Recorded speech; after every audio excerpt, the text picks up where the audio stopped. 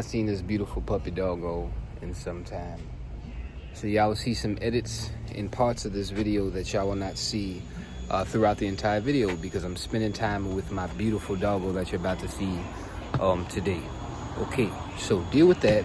If you get on the Patreon, maybe you will see the completed video, a completed version of this. Maybe I'll leave it like this, but this is a free video.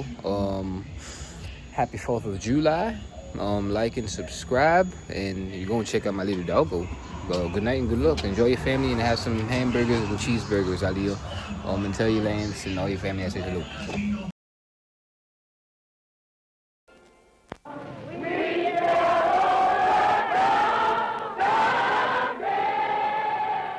In May of 1963, protest against segregation in Alabama brought the issue of racial... You said such a... Well, it's about toes. You like feet, choking to. I like feet myself. Well, actually, bro, it wasn't. I didn't ask for toes pictures, feet pics. I sent feet pictures. I sent feet pictures. You sent feet pictures, choking to. Yeah, that's what it is. Actually, baby, why the fuck you make me? Why the fuck you make me do choking tea? Oh, because he had to drink the tea. This is why I got the tea. No, I could do choking tea. I can do Billy, fucking Billy. I can do Lucinda, but I want you to know, don't fuck with me. Don't fuck with me. Don't fuck with Aaliyah, right? And because I know I'm a real irate, I know he's gonna try and hurt me. That's why I wear this ring all the time. Not for a religion thing, because I want to keep Malcolm with me all the time. I got this horn because I want to keep Louis with me. I want to keep Dizzy with me. I want to keep all with me. I keep this I love you because I want to keep my grandfather with me. I know I'm gonna do some big with this. I know I'm going to his heads up, right? That's why my first stand-up stand-up album is called Sir. This is not a weapon. This is just my instrument. I'm the fucking instrument. I don't have to know how to play none of this. But you see me on this stage. You see me with a harmonica, you see me with a bongo, you see me with a kalimba, you see me with anything. I'm a vessel, right? And I mean, I got a purple horn because this is Jesus's, right? I'm doing work for the Lord now, which means it's going to go far. But also because I'm doing work for the Lord, I want you to know I'm not a. I still want to fuck you up. That's why I made condemn you, so you think it's a act, but nah, it's actually really factual. Please don't fuck with me, don't fuck with my family, don't fuck with Aaliyah. And then we could be good. When the Negro is in danger. $1 a year, what's so, not by a only intelligence. Police state, and they become hostile toward the policeman. They think that the policeman is there to be against them rather than to protect them. And these thoughts, these frustrations, these apprehensions automatically are sufficient to make these Negroes begin to form means and ways to protect themselves in case the police themselves get too far out of line. You have called for self-defense units, rifle clubs, yes, ready to execute on the spot those who threaten Negroes. I don't think that I said that. Yes, you did. No, I don't think I said that. All right. I have called for rifle clubs, that I think Negroes should, in areas where the police, whether it be federal, state, or city, have proven their inability or their unwillingness to defend Negroes, the lives and the property of Negroes, then it's only intelligent and it's only right that Negroes protect themselves, and I have encouraged them to buy a rifle and a shotgun, which according to the Constitution is legal. For what purpose? Not buy a pistol or something like that, but a rifle or a shotgun, which is constitutionally legal. For what purpose? So that at any time, anyone makes any effort whatsoever to brutalize them or attack them or endanger them, they should have something to defend themselves. And in a country that spends, I think, $50 billion a year for defense alone, I'm shocked that there's apprehension over Negroes trying to do something to defend themselves. Well, who will determine when the Negro is endangered? I think that if the government is concerned, instead of being so worried about what the Negro is going to do, the government should stop dragging its feet and take the initiative necessary to eliminate the injustices that frustrate Negroes and drive them into a method of defense such as this. Okay, what's the last thing that I need so we can start this little special? I'm gonna take an hour. Listen, man, I'm telling y'all, Netflix, you better find me. You better find me before somebody else finds me, because who the heck is giving these people 1 hour comedy for free, without a subscription, without anything? Everybody, don't get scared. This is not about the orange president. This actually says, make America arrest the cops who killed our sister, Breonna Taylor. Because as quiet as you may try to keep it, Black lives really do matter. That's what I wanted. I wanted to wear my gold chain, but I got my little Chinatown diamonds on. Let's start this off. I'm gonna read a text for you, because it's time for education. D. Daniels literally wanted to be a history teacher, so I'm about to teach y'all some history. And then I'm gonna make y'all laugh, hopefully. In Congress, July 1st, 1776, the unanimous declaration of the 13 United States of America. When, in the course of human events, it becomes necessary for one people to dissolve the political bands which have connected them with another, and to assume among the powers of the earth the separate and equal station to which the laws of nature and of nature's God entitle them. Amen. A decent respect to the opinions of mankind requires that they should declare the causes which impel them to the separation. Great lines. We hold these truths to be self-evident, that all men are created equal. They did not put this in the text, but when they say all men, they mean all white men. Do you understand what I'm saying? It is way too early to have a Holy Ghost party, but I must say, blessed assurance, Jesus is mine. Oh, the foretaste of glory divine, heir of salvation, purchased of love, born of his spirit. I thankfully am washed in his blood. This is my story.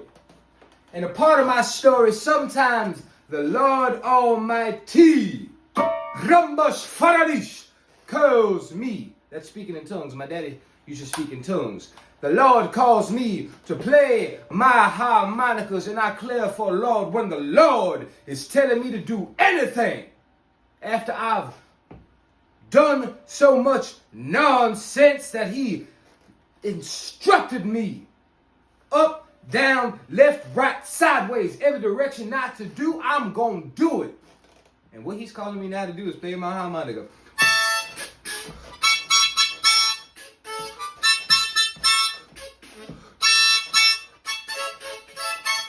That's it. The harmonica is literally the hardest instrument for me to play right now. You gotta blow and pull post. Back to this.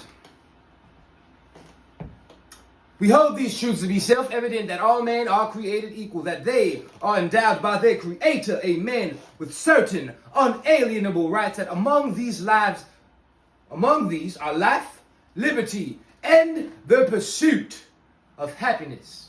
It's more than just a William Smith movie. That to secure these rights, governments are instituted among men. Derived, and I look like Christmas. That's why I'm taking this thing off. And I realized, man, I'm wearing green and red. Grandpa, I wore this specifically on this day, because I'm a rebel just like my grandfather Jared. I wish that we could tap in, because we need to tap in, man. We had some little conversation about TikToks, and I said, Grandpa Jared, man, there's so much stuff on TikToks. I'm going to tell you about TikToks maybe later. But the thing is, TV can be used for bad, man. Grandpa Jared's trying to start a TV show about the Tide School. And I say, Grandpa Jared, it's probably very true that your grandmother did not like TV, right? Because there was transitioning Amos and Andy from the radio to the television. You hated Amos and Andy, Grandpa Jared, because you said it made us look like we was on minstrel shoes, right? That's why you wear dashiki so much. He was a freedom fighter. In all of our daily lives, it is not enough to pin the blame on others, to say this is a problem of one section of the country or another, or to pour the facts that we face. A great change is at hand, and our task, our obligation, is to make that revolution, that change, peaceful and constructive for all. Those who do nothing are inviting shame as well as violence. Those who act boldly are recognizing right as well as reality. That to secure these rights, governments are instituted among men, deriving their just powers from the consent of the governed. That whenever any form of government becomes destructive of these ends, it is the right of the people to alter it, abolish it, and to institute new government, laying its foundation on such principles and organizing its powers in such form as to them shall seem most likely to affect their safety and happiness. Prudence indeed will dictate that governments long established should not be changed for light and transient causes, and accordingly all experience hath shewn that mankind are more disposed to suffer while evils are sufferable than to right themselves by abolishing the forms to which they are accustomed.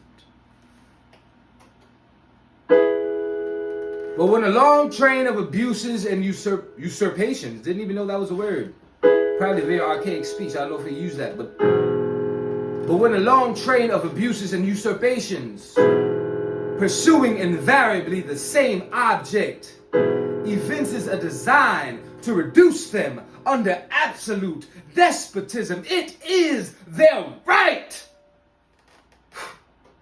It is their duty to throw off such government and to provide new guards for their future security. Such has been the patient sufferance of these colonies. Everybody's having a problem. Yes, everybody's having a tough time. Don't jump in front of the Lord's line, for I'm gonna have to bust on mine.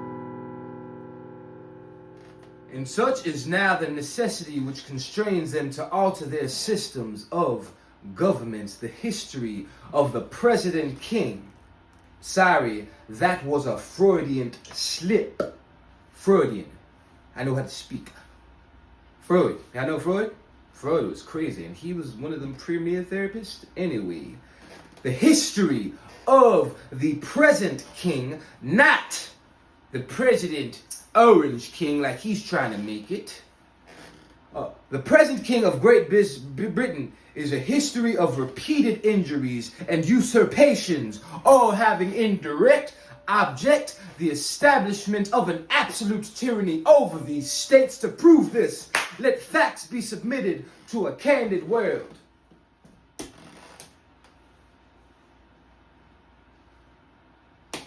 When this was being written, my beautiful people, I pulled out that harmonica, and you wonder why I play the harmonica. My friend says it's a folk instrument, and I agree. Because ain't nobody teach us to play this here harmonicas. Right? You play it because it's the only thing that sustains you when you were in that field shed scrapping. Right? So I'm moving fast forward in history. But I'm going to get back here. We think about blues. Right? The backbone for rock, which is American music, right? Where you think these brothers, these Rolling Stones, all these brothers get this rock music from? They get it from blues. Where the blues come from? The blues come from the cornfields when we had little Charlotte Brooks, the woman responsible for my Independence Day. She get her little baby Tempe because she was on that Neiman's plantation, and they said, did you know that these nasty niggers are free? His wife said, baby, how long? He said, shh, they've been free for 2 years. And these damn Nimrods. Shucks. Because that brings me into a discussion about eugenics. Y'all know about eugenics? Shucks. That is scientific racism, right? So they put a little thing over your head. Imagine that this middle E, right? And they put it over your head and it said, the Negro skull is 15 centimeters smaller than the average white Caucasian skull. That's why you are 3/5 of a man. You ain't worth nothing, right? This, and I got to talk about the Bible. I got the message right here, right? Because of this book, this book is telling me, you nasty Africans, that I gotta lord over my properties, and y'all are properties, and y'all ain't even y'all. Well, I'm thinking about Adam, right? He said he gave dominion over all the creatures, and I gotta tell you, you are creatures. This is a great book, but everything can be misused. So when we wonder why people not gravitating to the church, it's still a good word. Why are we talking about? I didn't even get to talk about my brother Malcolm today, but this brother was from Islam and he was preaching a good word as well. But the thing about a good word, which is the gospel, you must shut your filthy mouth for 2.5 milliseconds to hear this good word, because if you do, you will see that God is passing his good word through so many various vessels, Sunday through Sunday through Sunday, 52 Sundays a year, because there's 52 weeks in that year, but everybody's having a problem. Everybody's having a tough time.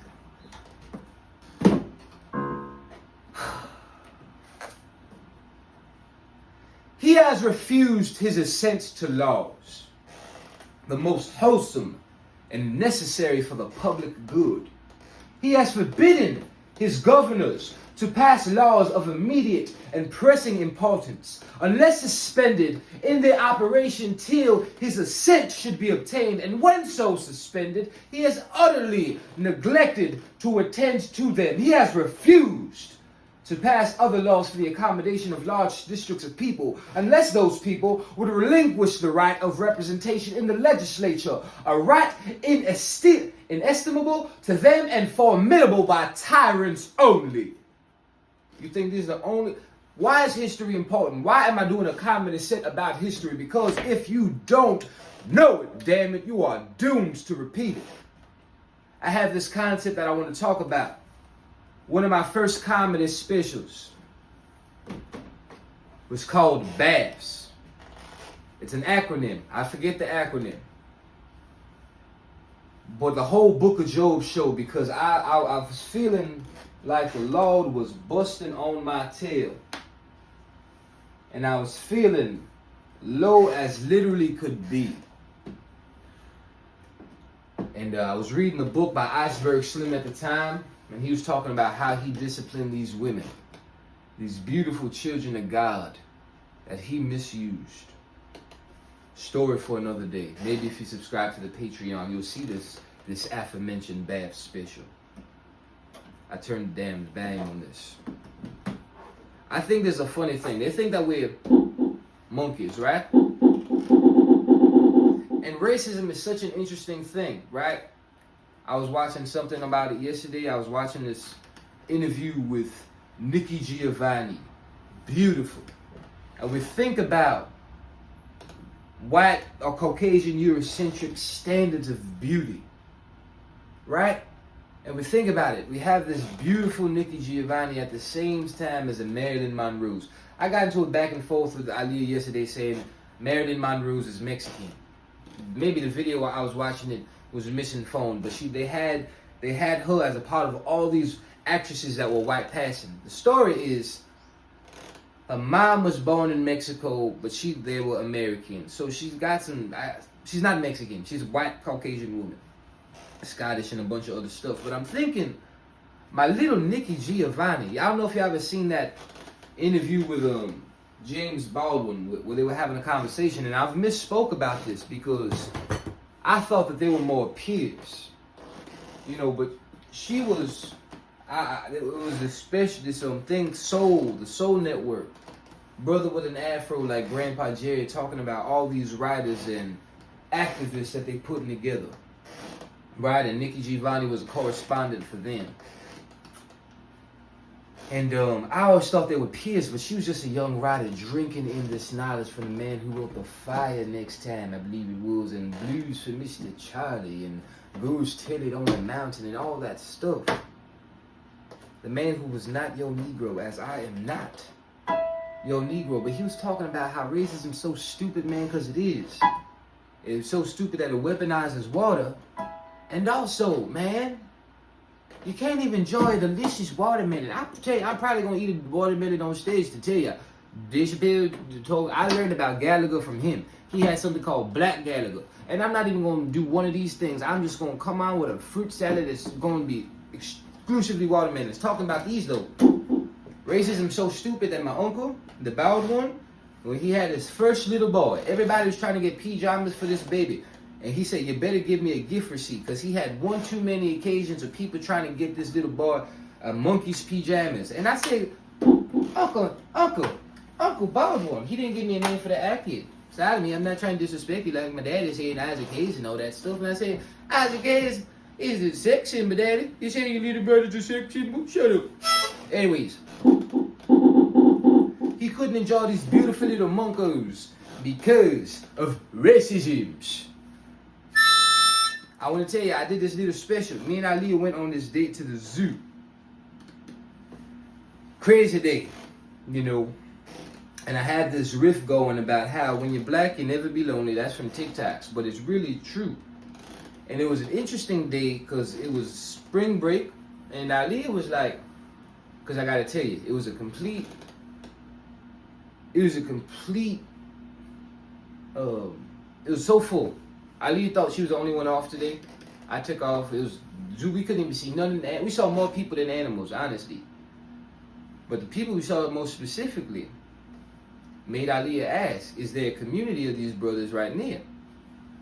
There's a whole community of Orthodox Jewish brothers and sisters, right? And I want to read more about this Torah, right? Because I'm thinking about, we got the same stories in the Qurans and the Bible and the Torah as well. Interesting. Listen, I'm not gonna get into too much political stuff, because if we talk too much, we'd be here for a whole nother day and you cancel me before I even get started. I did think it was something interesting though. Dave Chappelle came at DJ Khaled the other day. He said, "You're not saying nothing about what's going on in Gaza." I think DJ Khaled's Palestinian. I think that's what he said. But I was thinking about how racism infects so much, because I just want to tell y'all this story about this community, these people that I was looking at. It looked like they never met any black people before, because all their kids, cute little kids, they had the curves, you know, and they was looking at me and Aaliyah like we was the animals in the zoo, right? And how I do my documentary comedy specials, you just have it on me. But sometimes I want to see these animals, right? And then you look around, because I'm trying to see a monkey, because there's 1 billion people here. You see a yarmulke, right? And you see some of the hats, and you see the garb, right? And when I'm talking about this with racism is because the special wasn't about them, right? There's a point in the special, I never released it, because it was in Flushing, right? It was in Queens Museum, so it's a large Latinos community here as well. So I'm talking about these people the whole time. Like, listen, these kids looking at me like I'm crazy. They're looking at me like I'm literally crazy. And also, we found out this about whatever religion, whatever peoples, man. When we do something, maybe because we're black, it seems like we just start a party. We went to go see these owl birds, and then everybody came over. I was like, damn, leave us alone, man. What the heck? But then we heard everybody talking their language, and one thing that I felt good about later is then you hear a whole group of brothers speaking Spanish. Right? And I thought this was good because I was scared to put out the special because I thought people think I'm racist or people think I'm against these people because I'm having a conversation about people because it's documentary comedy. I'm having a conversation as I'm seeing it. It just so happened that these are the people. I have a whole conversation that I want to tell y'all on July the 19th about my good friend Lee from South Korea. And he was educating me about Asian people. In my comedy, I'm going to talk about literally everything. Get used to it and get lost. He has called together legislative bodies at places unusual, uncomfortable, and D. Daniels will make you sometime, and distant from the desperate depository of their public records for the sole purpose of fatiguing them into compliance. Imagine that concept, fatiguing you into compliance. Seems very much like America. You're talking about Great Britain. But the apple doesn't fall so far from the tree. Me and my daddy had so much beef this last year because I had some stuff going on with Grandpa Jay, but Daddy doesn't understand that I'm very much like Grandpa Jay. And the funny thing about my daddy is he's also like Grandpa Jay, and I'm also like my daddy. Can you see the through line? You can't get so far from the rooter. Fatiguing them into compliance with his measures. He's dissolved representative houses repeatedly for opposing them with manly firmness his invasions on the rights of the people. He has refused for a long time after such dissolutions to cause others to be elected, whereby the legislative powers incapable of annihilation have returned to the people at large for the exercise of the state, remaining in the meantime exposed to all the dangers of invasion from without and convulsions within. He has endeavored to prevent these brothers were poets. They were slave masters, but also poets. He has endeavored to prevent the population of these states for that purpose, obstructing the laws for naturalization of foreigners. And we're having so much issue with foreigners. Wasn't y'all some foreigners? Refusing to pass others to encourage their migrations hither and raising the conditions of the new appropriations of lands. Talk about appropriation, huh? He has obstructed the administration of justice by refusing his assent to laws for establishing judiciary powers. Dang, y'all talk so much. I want to get to some comedy. And I know that people want to get me to some comedy. I got to read about all these John Hancock still loud at me. But I got into it, so we got to get out of it. Folks. He has made judges dependent on his will alone for the tenure of their offices and the amount and payment of their salaries. For the tenure of their offices. Okay, that made me think of Supreme Court. You think it makes sense that people own this position forever?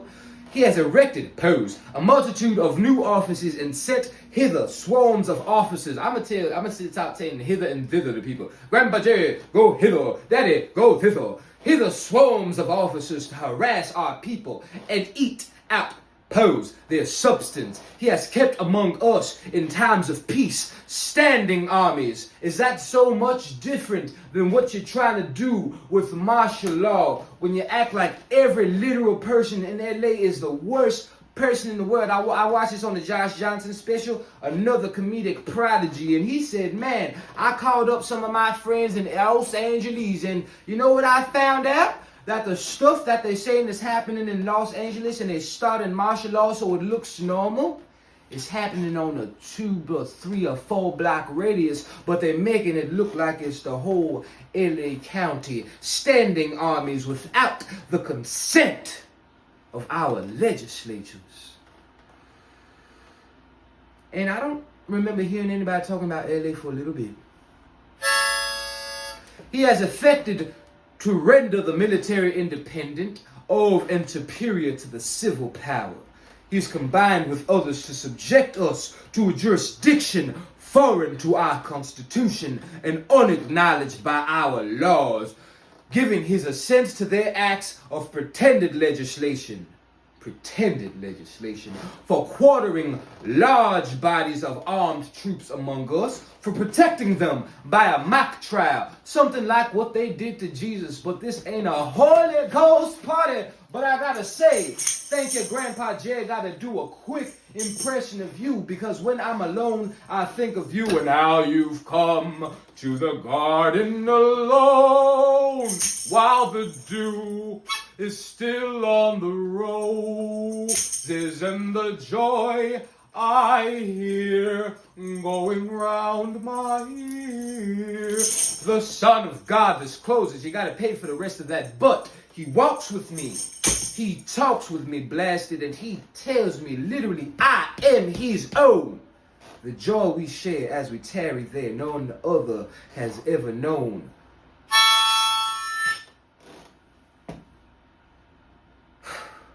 From punishment, by mock trial, from punishment for any murders, for any unalivements which they should commit on the inhabitants of these states.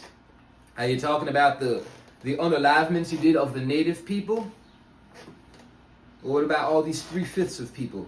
Let's get into it later. For cutting off our trade with all parts of the world. What are you doing, Mr. Orange President King? Right? You make taxes so very high. How the literal heck are we not going to starve when we don't even make things anymore? Anyway, for cutting off our trade with all parts of the world. For imposing taxes on us without our consent, for depriving us in many cases of the benefits of trial by jury, for transporting us beyond seas to be tried for pretended offenses you don't like when y'all transported by seas. Interesting. For abolishing the free system of English laws in a neighboring province, establishing there an arbitrary government and enlarging its boundaries so as to render it at once an example and fit instrument for introducing the same absolute rule into these colonies, for taking our charters, abolishing our most valuable laws, and altering fundamentally the forms of our governments, for suspending our own legislators and declaring themselves invested with power to legislate for us in all cases whatsoever. He has abdicated. Y'all remember Hey Arnold? He had a little character. He was heartbroken because the abdicator found he found out the abdicator was a fake. Man, he said, man, I'm gonna abdicate from you and I'm gonna stop being a bully. Think about Hey Arnold, football head, stop being a bully. Man, you think about jadedness. Let's not get too jaded and let's get back to this. There's so much going on, man. They said, I have this question. Make America great again. When was it? When you were stomping mud holes into the side of everybody? When was America great? When you took my manhood? Right? So now we're wondering, why is it so that our families look the way they look? That's because my friend, he told me about this thing called the flesh tax. And that's the beginnings of flesh debt. Right? So what that is you saved my life. You saved it. So now you can come on my home and you can have my mangoes. You can have everything in here that sustains you but my wife. Because literally I stomp a mud hole in you if you do that. But the white man's, and I got to read more on this. Don't quote me on everything here, but this is the gist of the idea that I get. The white man comes in, he introduces liquors and guns and all this stuff. And he says, okay, I got this man with a flesh debt. Okay, you know what? I'm going to give him to you and put him on the ship, so that he can handle some of your stuff with your indentured servants, the Irishmen and other people. Interesting how they call us slaves, right? And they call them indentured servant. Indentured servant still implies that you are a person. Slave robs you of your language. So when I'm talking about my people, I'm saying enslaved people. Because I'm not going to reiterate that I'm free slave. Get out of here with that bull nonsense. I want to talk about Malcolm before I get to the end of this. I am not Muslim, but I know they gonna try and hurt me like they hurt that good brother, right? So I'll wear this ring because it gives me the strength to say what I need to say, because It's like when I have my Asuncion, he's in the room right now. This is me channeling my brother. And we did not, they was trying to talk about him. They said, Mr. Malcolm.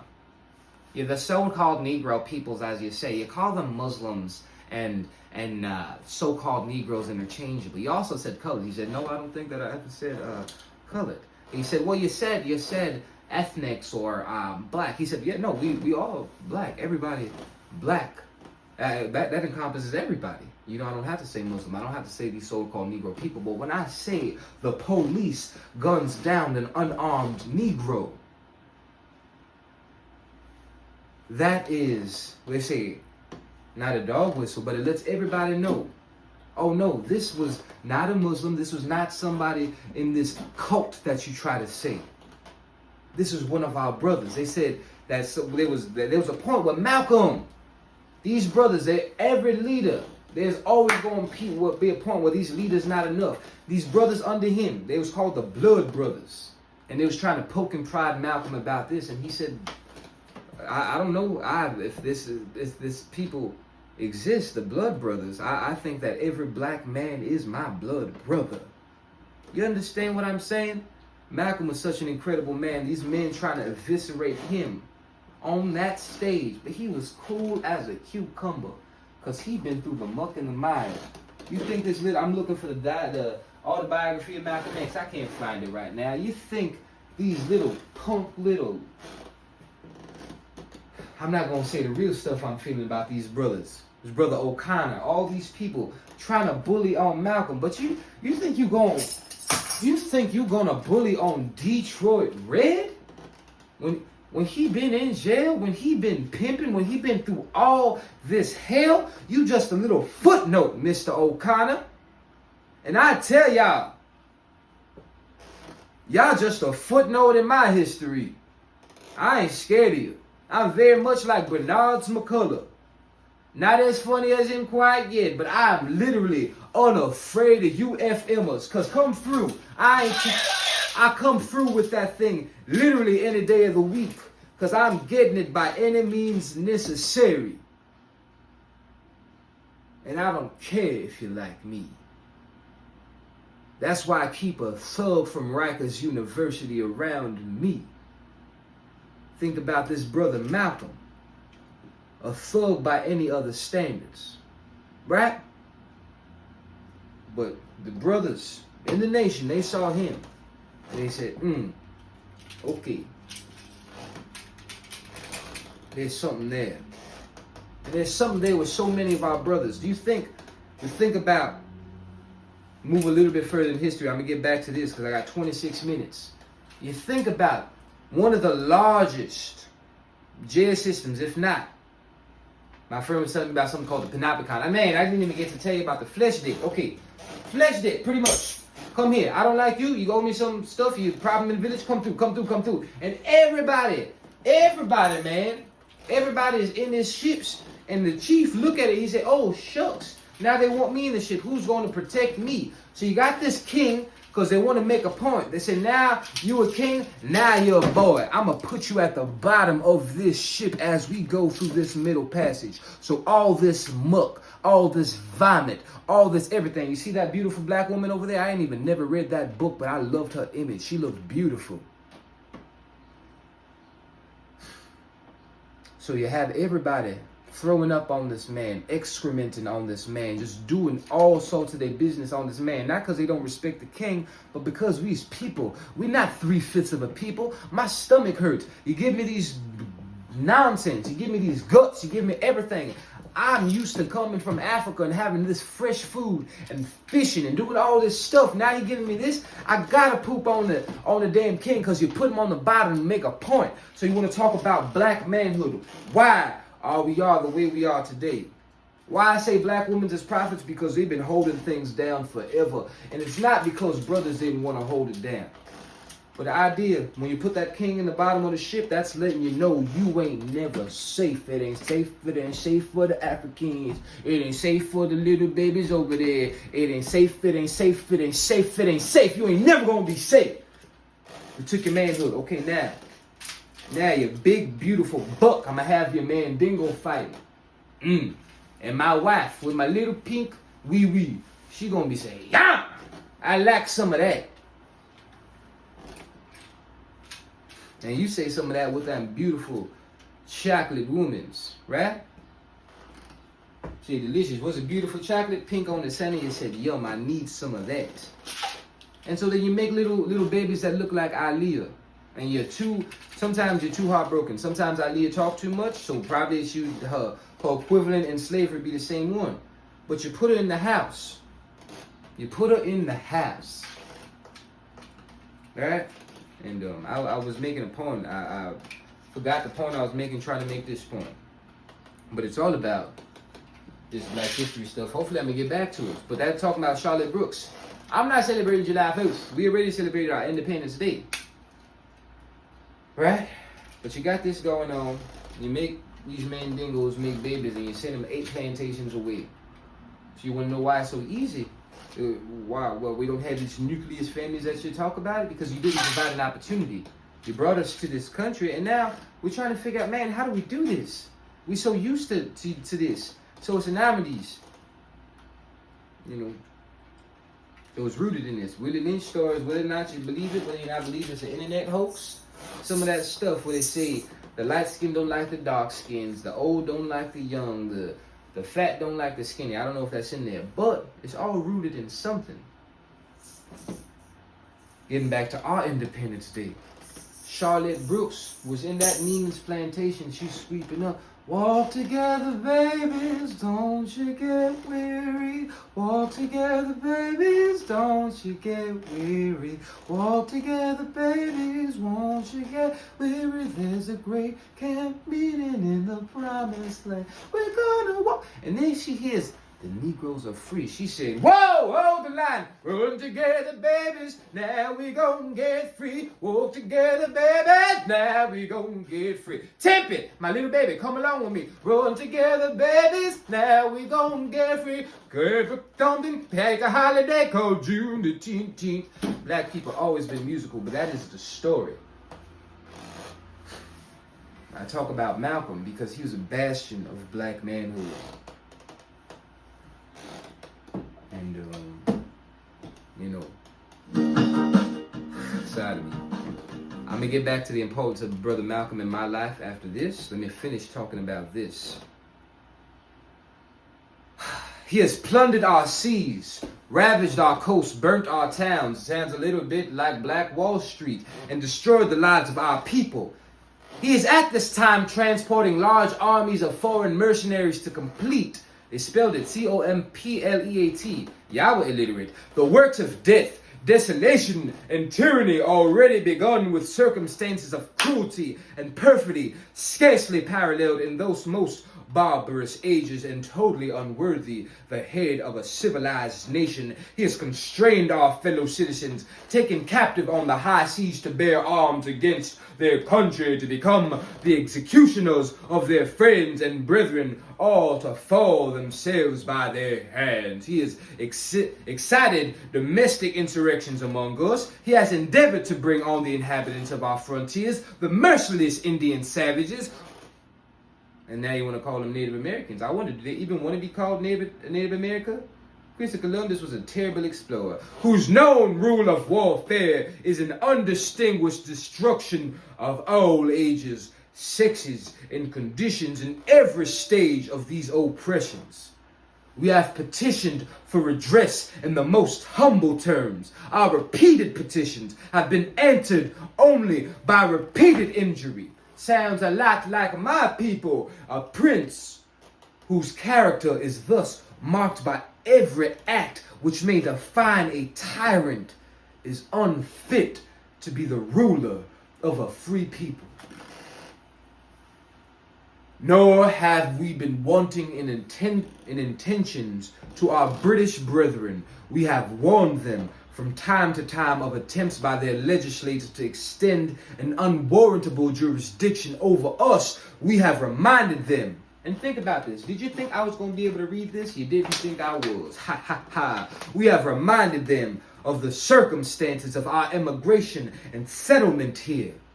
We have appealed to their native justice and magnanimity, and we have conjured them by the ties of our common kindred to disavow these usurpations, which would inevitably interrupt our connections and correspondence. They too have been deaf to the voice of justice and of consanguinity. Never seen that word. We must therefore love this word, acquiesce in the necessity which denounces our separation, and hold them as we hold the rest of mankind, enemies in war, in peace, friends.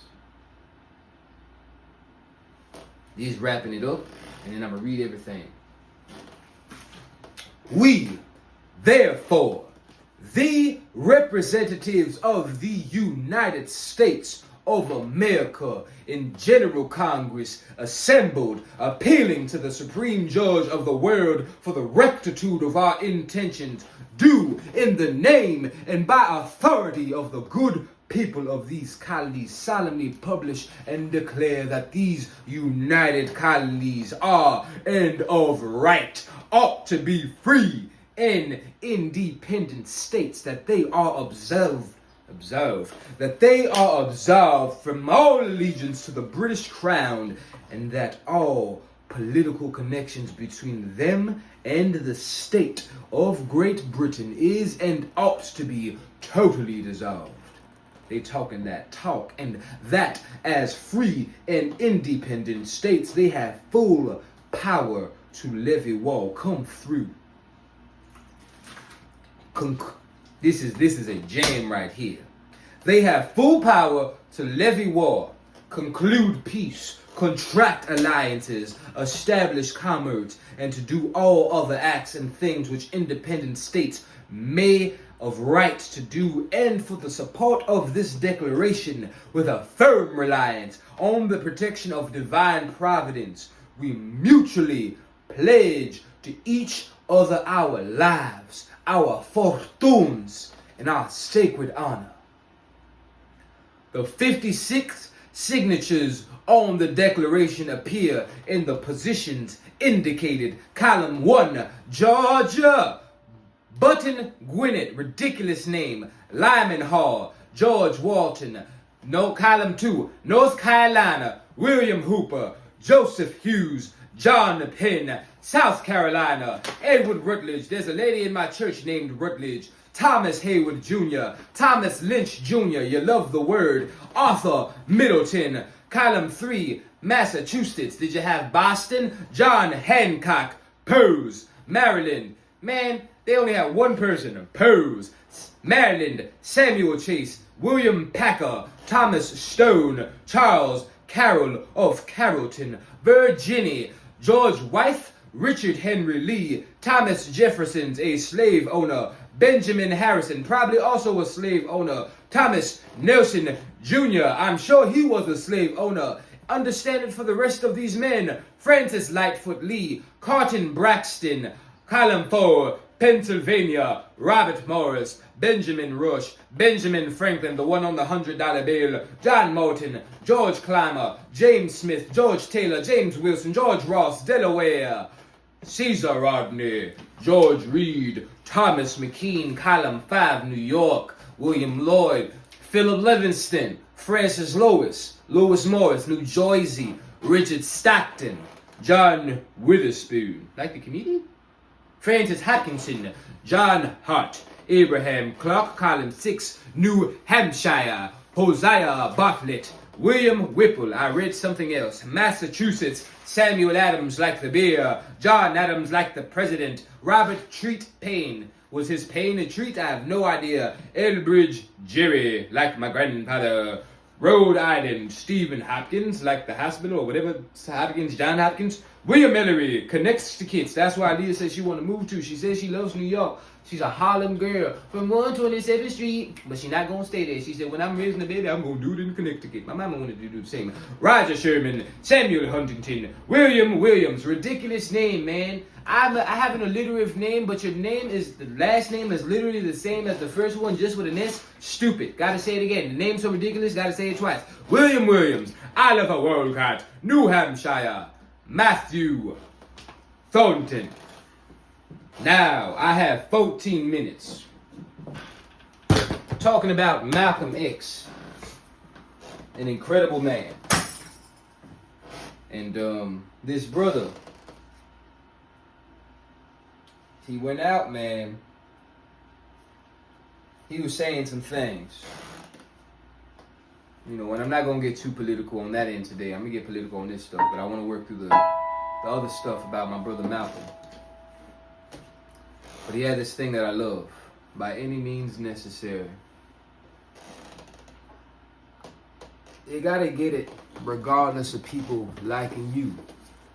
I know that people might not like me right now because I felt it. I felt isolated, you know, and that's why that's when I started reading that Malcolm X biography, you know, by Alex Haley, you know, because I didn't tell y'all this, you know, I've alluded to being put in the ward, right, and because I've always been crazy, and some of the stuff that I said, man, they said, okay, we're gonna make some cockamamie story and give it to these people, and we're gonna put you in the ward. And I felt so isolated there, man. That's where I met that girl, the crazy one that my daddy don't like. She's a chef and she practiced Santerias, but I have a whole special lined up for her. Maybe my 4th or 5th show. But my brother Malcolm X, he went through his own sort of ward experience, because he wanted to talk out, and he wanted to say, man, I know you say you don't want me to talk, but what I'm seeing with this assassination side of me, that's me saying it, because I don't want to get canceled. Malcolm, listen, man. Malcolm said, listen, I know you want me to be silent, but what you're seeing is chickens coming home to rooster. And they want to make a smear campaign, and they want to take this home. His brother was a minister, man, and he talked against the man, right? And I wonder about this with my life, because I'm always out. Whatever they think about, whoever the man is at that point, I'm going to talk against him. If he is not doing with his power, because we think about this. Look at all these drums I got. Okay, I'm gonna bring one of the lightest ones down. This is my grandfather's cowbell, because I'm also Puerto Rican. This is the one I got. The day the day before, you know, I was gonna get my Asuncion. This one is broke because I was so pissed off. I had his old boyfriend, I called him the entertainer, and he said I was so corny. Right? But he literally watched one of my first hours of comedy from beginning to end when I was not even as good as I am now. This is called a drum, a mini djembe. And the drum is an African thing, man, because what is it? Sly and the Family Stone, who's incredible. He's like the Wayners, man, because he said, you sisters singing gospel, you better come sing this funk with me and the brother, right? And sorry, bro, I know you got another band as well, but I'm the star here, right? But what they said in that one is, all you need is a drummer, because that's African, right? And the drum, right, we think about our storytelling. I can't tell you about sinners because I want to talk about Malcolm today. But when we have this drum and we have this griot, some people call him a griot, but we got this griot. You got to understand, he's the one telling stories for this little spell. But everybody got stories. Everybody got stories. And the griot is only as good as his constituents. And only as good as they allow him to tell their stories. Because this is a blessing. This is literally an anointment, man. This ain't no small matter. This ain't no small matter. Because here's the thing. Did you see me look down a lot? I'm literally just telling you stuff from my heart. Yeah, I read the concept of whatever, the Declaration of Independence. But I don't know that. I ain't memorized that. The heck am I? A nerd? Oh, I have the Black Book over here by Toni Morrison. I don't know if I have time to talk about that. Let me get back to Malcolm, man. This is how I take my notes, man. I just write down an idea and I come up with a couple talking points that I want to speak about. That's literally how I do it. I think I heard Chris Rock talk about that. The chef, Santerias, Yoruba. We get that to another day. But I think my thing about it is what I heard Santerias from Yoruba's culture. You know, and Yoruba's cultures comes from Africa. And I'm thinking about this, man. We come here, they made us slaves, made us enslaved peoples. But we was probably praying, you know, before they gave us the book, right? So what I heard about Santeria is them trying to maintain a little bit of their motherland because they took our religion and our homes and our names and everything. So Yoruba in some places become Santerias, right? And I'm thinking about religion, right? And coming from your motherland, right? Imagine the woman that pushed you out of her nanny kitty. Imagine that. I know you don't want to think about your mama's nanny kitty for too long, but unfortunately it exists. That's how you're here. Your dad, you know, handled it with his member, and that's why you came here. Regardless of all the stuff I've been with my mama Lupita, there ain't never no situation where I'm gonna say that this woman is evil. So think about that with our religion. Right? I'm not a Santerias, but I know that girl, that chef girl, that Santerias, and she was having her year in white. I'll tell you about that another day. She brought me closer to my Lord because I honored how she praised. You know, wasn't for me. Wasn't for me. You know. But what do I have? I have 7 minutes. July 4th. Everything's all right, man. Malcolm, Blood Brothers, talked about that. The so-called Negro. I knew about Malcolm, you know, before I even read his book because my daddy always used to wear a t-shirt about him. And it was him when he's like this. Midway through his speech, you know, and when I'm thinking about my comedic lineage, I was watching this thing with George Wallace the other day. And he was talking about the most funniest people to him, and he included Muhammad Ali, you know, the best comedians. And he said, the guy asked him, he said, but I'm talking about comments. He said, listen, man, when did you ever hear that brother Muhammad talking, you didn't laugh? Right? And this makes me think, blackness and humor is synonymous, man. It really is. And I think the same thing with my brother Malcolm X, man. He was talking about, you know, the moves that he had to make. Right? He said, do you think that because you're talking, your life is at risk? He said, oh yes, I'm sure. I've gotten very many death threats. Very many, very many, very many. But you know, what he been through, you know, brother from, what does it say that he's from? Not Lansing, Michigan. That's where he moved to. Omaha, Nebraska, I believe. Omaha, Nebraska. I'm gonna have faith that I remember that. Omaha, and I'll redact it later. Yep, Omaha. This man asked him, did the burning, you know, by the Ku Klux Klan make your family feel unhappy? That's as dumb as that man asking Michael B. Handsome in that movie, are y'all twins? No, we cousins. What he's saying in that, when he said we cousins, is obviously stupid. But because I'm black, I gotta tell you, right? Yeah, we exist. I know we're an anomaly. I know you tried to get rid of us, but we exist. Malcolm's response was insecure at the very least, if not unhappy. Man asked, what does a black home mean? You know, then I watched this thing, you know, called Selling the Negro. And there was this thing, you know, because I work at the EGAD as a salesman, and it was pretty, see all the jokes I got?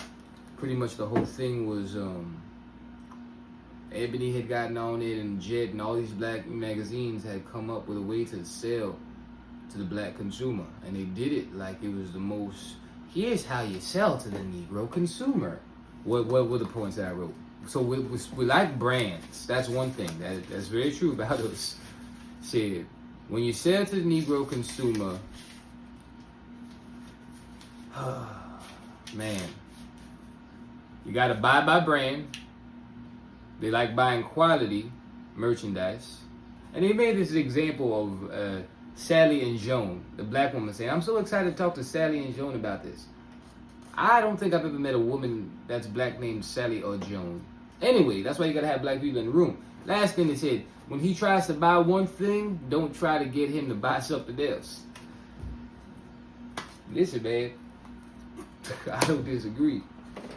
I talked about it a lot tonight, man. It's 4th of July. I'm going to go hang out with my parents and my dog.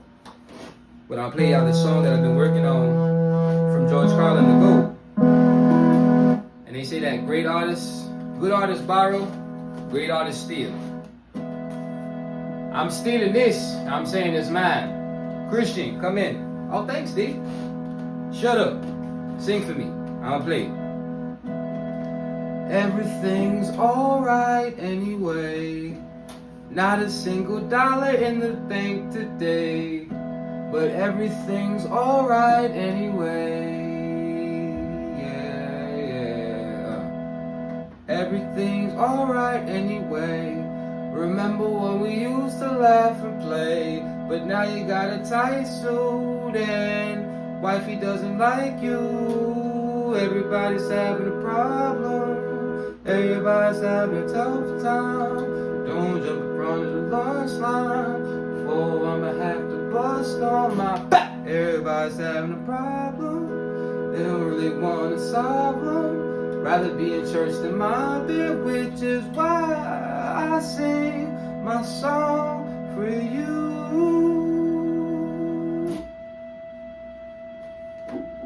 D's gonna show you a thing or two. Gonna have some fun now. Gon' D and all the gang. That's y'all learning from each other that everybody's having a problem, but everything's alright anyway. Everything's alright anyway. Now you wear a tight suit and your wifey doesn't like you, but everything's alright. Hey, we in store for a long night, and your husband's got issues too, and you wipe too many tears, baby boo. Everything's gonna be alright. Yo, we in store for a long night. Everything's alright. Everything's alright, alright, alright. Did you hear the thing about Sean Daddy Love Brother Puff Combs? Yeah. You gon' get a record deal, but you lose your masters and yours. So everybody's having a problem. Everybody's having a tough time. Don't jump in front of the lunch line. Oh, I'ma have to bust on my everybody. The plane crash was an act of God. And if you take time to check the newspapers, I think that you'll find that this is correct. But no one thought that Billy Graham was so wrong when he attributed the crash of this plane to his God. But when we say that it come from our God, then we're looked upon as being, outrageous. I know, but you took the position that this was a matter of satisfaction to you for an injustice done against you, and I think that that's a trifle severe. We did not think that it was a coincidence that 120 of the whites on this plane came from the state of Georgia, a state that has the worst record in the history of America for the mistreatment of black people in this country. Worse than Mississippi? They maybe are a little less. Mississippi is a little less hypocritical today than Georgia, but both of them are still practicing the same thing. Now the whites in Georgia bite Negroes with a smile, whereas they used to bite them with a growl. But they're still being bitten, and we don't think that it is any worse to be bitten with a smile than it is to be bitten with a growl.